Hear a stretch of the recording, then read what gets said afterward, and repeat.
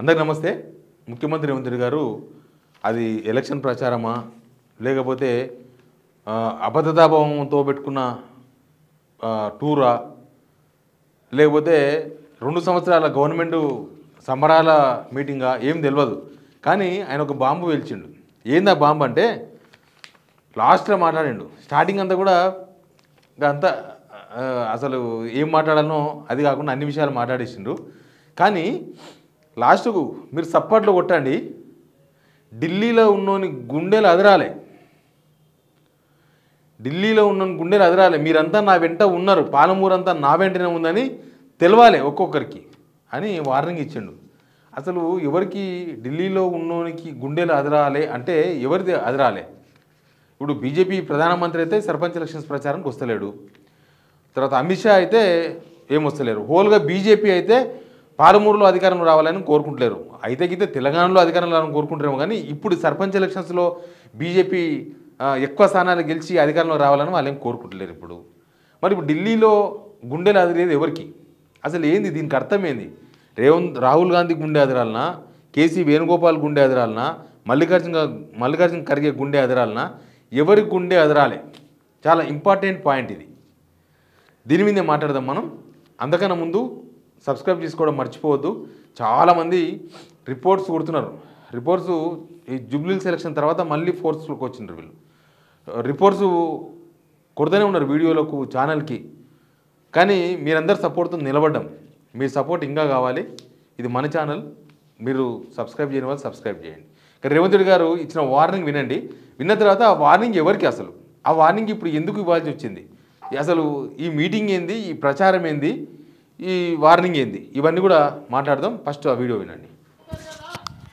ఆశీర్వదిస్తారా? మీరు అందరు ఆశీర్వదించడానికి సిద్ధమా? మా అక్కలు చెప్పాలి, చెయ్యెత్తాలి, ఆశీర్వదించ మా అక్కలంతా. మా అక్కలందరూ ఆశీర్వదించినట్టే కదా. గట్టిగా సప్పట్లు కొట్టి వినిపించాలి, ఢిల్లీకి వినిపించాలి గట్టిగా. మా యువకులు అప్పటి నుంచి ఉత్సాహం చూపిస్తారు, సీటీలు కొడుతున్నారు కదా, ఇప్పుడు కొట్టురు సీటీలు. ఢిల్లీకి వినిపించాలి, ఒకనొకని గుండె వలగాలి. పాలమూరు గడ్డ ఏకమైంది.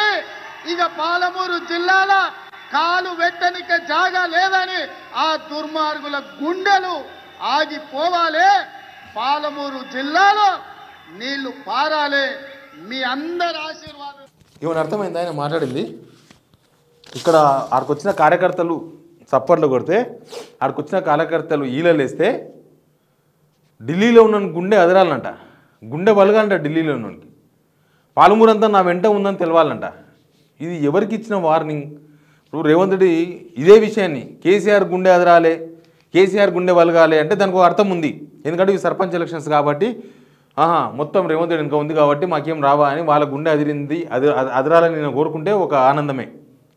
అదొక పొలిటికల్ లైన్ అనుకుందాం. కానీ ఢిల్లీలో ఉన్నోని గుండె ఎందుకు అదరాలి? అసలు ఢిల్లీలో ఉన్నోళ్ళు ఎవరు? ఇప్పుడు ప్రధాని నరేంద్ర మోడీ ఈయనతో మంచిగానే ఉన్నాడు, అమిత్ షా ఈయనతో మంచిగానే ఉన్నాడు. ప్లస్ పాలమూరుకు అమిత్ షాకు సంబంధం ఏం లేదు పెద్దగా. మోడీకి పాలమూరులో జనమంతా వెంట ఉంటే మోడీకి పోయేదేం లేదు. రేవంత్ వెనుక పాలమూరు అంతా రేవంత్ వెనుకనే ఉంటే బీజేపీ పోయేదేం లేదు, బీజేపీ హోల్గా. మరి ఏం చెప్పదలుచుకున్నాడు అంటే ఏంది? వార్నింగ్ డైరెక్ట్ రాహుల్ గాంధీకి ఇస్తున్నాడా? నాకు అట్లే అనిపించింది. అంటే డైరెక్ట్ రాహుల్ గాంధీకి ఇస్తున్న వార్నింగ్ లాగా ఉంది. చూసినావా, మొత్తం పాలమూరు అంతా నాయనకనే ఉంది, నువ్వు ఏం చేస్తావరా అన్నట్టు అడిగినట్టుంది. గుండె అదరాలే అంటున్నాడు, గుండె బలగాలి అంటున్నాడు, దుర్మార్గులు అంటున్నాడు. ఏంది ఈ ఫ్రస్ట్రేషన్ ఎవరి మీద అంటే కంక్లూజన్ మాత్రం రాహుల్ గాంధీనే వస్తున్నాడు. డైరెక్ట్గా రాహుల్ గాంధీకి వార్నింగ్ ఇచ్చినట్టుగా అనిపిస్తుంది. ఇప్పుడు ఇదేమి అసెంబ్లీ ఎలక్షన్ కాదు, ఇదేం పార్లమెంట్ ఎలక్షన్ కాదు. ఒకవేళ పార్లమెంట్ ఎలక్షన్ అయితే మొత్తం మనకే ఓటేయాలి, మొత్తం ఢిల్లీలో ఉన్న గుండె అదరాలంటే ఓకే. అది ఢిల్లీలో ఎవరుంటారు? బీజేపీ వాళ్ళు, కాంగ్రెస్ వాళ్ళు ఉంటారు ఢిల్లీలో. సరే, బీజేపీ కోసం పార్లమెంటు బీజేపీల కోసం మాట్లాడుతున్నాడు, ఈయన బీజేపీలకు ఓటేద్దని విషయంతో మాట్లాడుతున్నా అనుకోవచ్చు. ఇప్పుడు ఇది జరుగుతున్నది సర్పంచ్ ఎలక్షన్స్. పోయింది ఇండైరెక్ట్గా 2 years గవర్నమెంట్కు సంబంధించిన సభ, 2 years ప్రజాపాలన 2 years అయింది, దానికి సంబంధించిన విజయోత్సవ సభ అని పెట్టుకున్నారు. ఆడనేమో మొత్తం మాట్లాడింది సర్పంచ్ ఎలక్షన్స్ గురించి. సర్పంచ్ ఎలక్షన్స్లో మీరు మాకే ఓటేయాలని చెప్పుకున్నారు, సర్పంచ్ ఎలక్షన్స్ ప్రచారం అది. కానీ దీనిలో ఢిల్లీలో గుండెలు ఎందుకు అదరాలనేది ఇది సీరియస్ పాయింట్. ఇది ఏ మీడియా ఎట్లా క్యారీ చేస్తుందో నాకు తెలియదు ఈ వార్తని. కానీ ఢిల్లీలో గుండె అదరాలంటే ఏమైంది ఇప్పుడు ఢిల్లీలో రాహుల్ గాంధీకి రేవంత్ రెడ్డికి సరిగా లేవు, టర్మ్స్ లేవు. ఇది ఓపెన్, ఇది మనం ఎన్నిసార్లు చెప్తే ఇంకా బోర్ కొడుతుంది, ఎక్కువసార్లు చెప్తే అది ఓపెన్గా కనిపిస్తుంది. మోడీకి రేవంత్ రెడ్డికి మంచి టర్మ్సే ఉన్నాయి. ఇప్పుడు గుండెలు అదరాల్సింది ఎవరికి, లేకపోతే పాలమూరులో అడుగు పెట్టలేమని వాళ్ళకి తెలవాలంటాడు. పాలమూరులో అడుగు పెట్టడం ఏంది అంటే ప్రజలంతా, పాలమూరు ప్రజలంతా నా వెనుక ఉన్నారు, కాంగ్రెస్ అధిష్టానం ఏం చేయలేదన్న సంకేతం ఇస్తున్నాడా, లేకపోతే మీరు నన్ను ఏం చేయలేరు మొత్తం నా వెంటనే ఉన్నారని చెప్పే సందర్భమా ఇది? అసలు ఏమొచ్చింది ఇప్పుడు? ఆయన దింపుతున్నారా? కర్ణాటకలో అంటే ఏదో జరుగుతుంది యుద్ధం, అది ఇక్కడ దింపుతున్నారా? ఏమవుతుందో అర్థమైతే లేదు. ఎప్పుడైనా సరే సోనియా పేరు, రాహుల్ పేరు అవి చెప్తుండ్రు మీటింగ్లలో. మరి 2 years పరిపాలన వచ్చింది, ప్రజాపాలన, సోనియా గాంధీ ఆశీర్వదించిన పాలన, రాహుల్ గాంధీ ప్రచారం చేసిన పాలన అని చెప్తుండ్రి. ఈ మీటింగ్లో ఎక్కడ చెప్పలే, వాళ్ళ పేర్లు కూడా తీయలే. అసలు వాళ్ళ పేర్లు తీయకుండా గుండెలు ఎదరాలని మాట్లాడేసిండు. ఈ గుండెలు ఎదిరే పాయింట్ ఏదో ఇది చాలా సీరియస్ పాయింట్, చాలా కీలకమైన పాయింట్గా నాకు అనిపించింది.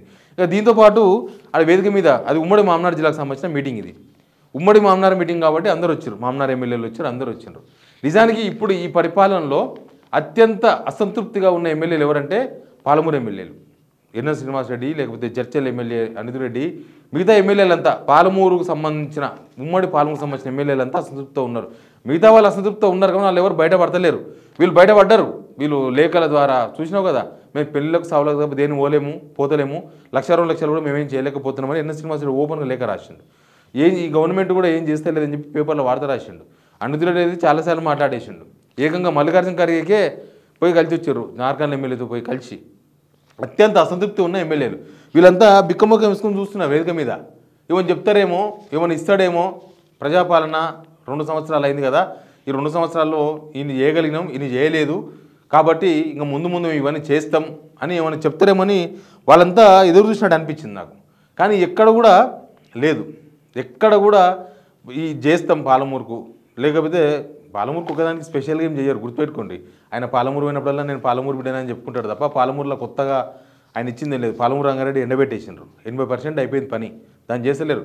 కొడంగల్ నారాయణపేట ఈయననే శంకుస్థాపన చేసిండు, 2 కాంట్రాక్టులకు ఇచ్చిండ్రు, తర్వాత కేసుల పాలైంది, అది ఇప్పటిదాకా తట్టడం మట్టి కూడా తీయలే. ఇంకా ఇట్లాంటి చాలా ఇష్యూస్ ఉన్నాయి. అది నారాయణపేట మీటింగ్ కూడా కాదు, అది జిల్లా మీటింగ్, మామనాడు జిల్లా మీటింగ్. మరి మామనాడు జిల్లాలో చాలా కష్టాలు ఉన్నాయి, చాలా ఉన్నాయి, మళ్ళీ వలసలు స్టార్ట్ అవుతున్నాయి పాలమూరు నుంచి. దాని గురించి ఏం చర్యలు తీసుకున్నారో ఏం చెప్పలేదు. అసలు ఎమ్మెల్యేల మనోగతం ఏందో రేవంత్ రెడ్డి తెలుసుకునే ప్రయత్నం కూడా చేయలేదని నాకు అనిపించింది. ఎమ్మెల్యేలు తిరగలేకపోతుండ్రు జనాలలో. ఎమ్మెల్యేలు ఆశల మీద నీళ్లు చల్లిండు.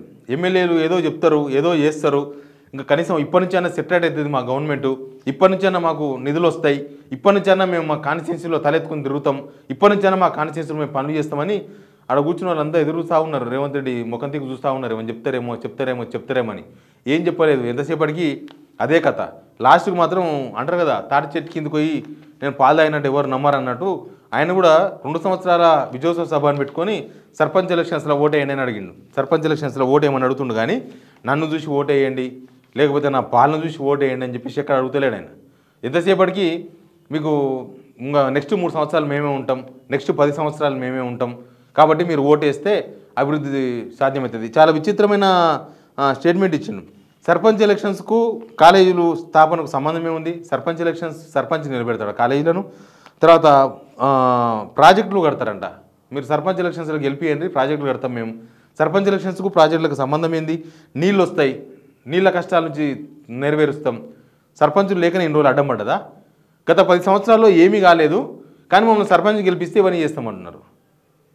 ఎట్లా ఉన్నదంటే ఇంకా దాన్ని ఎట్లా పోల్చానో కూడా తెలియదు. సర్పంచులకు ఈయన పరిపాలనకు సంబంధం ఏందో తెలియదు. సర్పంచులు లేక నేను ఫెయిల్ అయినా అని చెప్పినట్టుగా నిధులు వస్తాయి అంతే. ఎక్కడి నుంచి వస్తాయి, ఎట్లొస్తాయి, రాష్ట్రం అంతా ఏమైపోయింది, నిధులు ఎక్కడి నుంచి ఎట్లా, అసలు ఏం క్లారిటీ లేదు. నిధులు వస్తే డెవలప్మెంట్ చేస్తాం, అసలు నమ్మశక్యం కూడా ఏడ కనపడతలేదు. నిధులు వస్తాయి పని చేస్తామంటే ఇన్ని రోజులు నిధులు రాలేదు ఎందుకు? ఇన్ని రోజులు ఎందుకు రాలేదు నిధులు? మీరే ముఖ్యమంత్రి ఉన్నారు, మీరు పాలమూరు ముద్దు బిడ్డనే, ఆడ కూర్చున్న వాళ్ళంతా పాలమూరు ముద్దు బిడ్డలే. వాళ్ళందరూ ఎందుకు అసంతృప్తితో ఉన్నారు? వాళ్ళందరికీ ఎందుకు డబ్బు అంటే సర్పంచ్ లేకపోవడంతో ఎమ్మెల్యేలు కూడా డబ్బులు ఇవ్వలేదు ఎన్ని రోజులు? అసలు సర్పంచ్ ఎలక్షన్స్లో ఒక ముఖ్యమంత్రి పోయి ప్రచారం చేయడం అనేది ఒక వింత. ఎలక్షన్ కోడ్ ఉంటుంది, ఎలక్షన్ కోడ్ ఎక్కడైతే ఊర్లో ఎలక్షన్ కోడ్ ఉంటుందో ఆ ఊర్లో జనాలను టౌన్కి తీసుకొచ్చి ఎలక్షన్ కోడ్ ప్లేస్లో మీటింగ్ పెట్టి మీరు సర్పంచ్ ఎలక్షన్స్ ఓట్లు అడగడం అనేది కూడా మీ పరిపాలన ఎంత వీక్ అనేది అర్థమవుతుంది. సర్పంచ్ ఎలక్షన్స్లో ముఖ్యమంత్రి ప్రచారం చేస్తున్నాడు అంటే మీ పరిపాలన ఏమి లేదని అర్థం. పరిపాలన జీరో, మీ మీద మీకు నమ్మకం లేదు. అసలు ఇట్లా మీ 2 సంవత్సరాలు కూడా కానీ మీ గవర్నమెంట్ ఇట్లా వేసేయాలి ఓట్లు, కానీ అట్లా ఆ సిచ్యువేషన్ లేదు అనేది మీకు అర్థమైపోయింది. కాబట్టి ఈ ప్రచారం కూడా నడుస్తుంది. కానీ ఫైనల్గా ఆయన ఇచ్చిన స్టేట్మెంటు, ఆ స్టేట్మెంట్ మాత్రం చాలా కీలకమైన స్టేట్మెంటే. ఢిల్లీలో గుండెలు అదరాలంటున్నాడు. ఇది డైరెక్ట్గా రాహుల్ గాంధీకి ఇచ్చిన వార్నింగ్ లాగా కనిపిస్తుంది డైరెక్ట్గా. అసలు ఆడు ఉన్న వాళ్ళందరూ కూడా ఒకసారి పరిచయం అయిపోయినారు వేదిక మీద ఉన్న వాళ్ళు. అసలు ఏం మాట్లాడుతుండేనా, అసలు ఢిల్లీలో ఉన్నోళ్ళు ఎవరు, ఢిల్లీలో ఉన్నోళ్ళ గుండెలు అదరాలి అనమైంది. అసలు ఎవరు గుండెలు అదరాలే, ఏమైంది, రేవంత్ పోస్ట్ పోతుందా, ఏమన్నా ఊస్ట్ అవుతుందా? పక్కనే కర్ణాటక, మక్తలు దాటితే రాయచూరు వెళ్ళిపోతారు వాళ్ళు. పక్కనే కర్ణాటక నిన్న ఎపిసోడ్ జరిగింది. ఈయననేమో ఏకంగా వార్నింగ్లు ఇస్తున్నారు. ఇదేదో ఆలోచించదగ్గ విషయమే, ఏదో జరుగుతుంది అనిపిస్తుంది దీన్ని చూస్తుంటే. ఏం జరుగుతుందో కానీ ఢిల్లీలో గుండెలు ఎదరాలనే దానిపైన మీ స్టేట్మెంట్ కూడా ఇవ్వండి. ఏమనిపించింది మీకు? Please subscribe signal TV.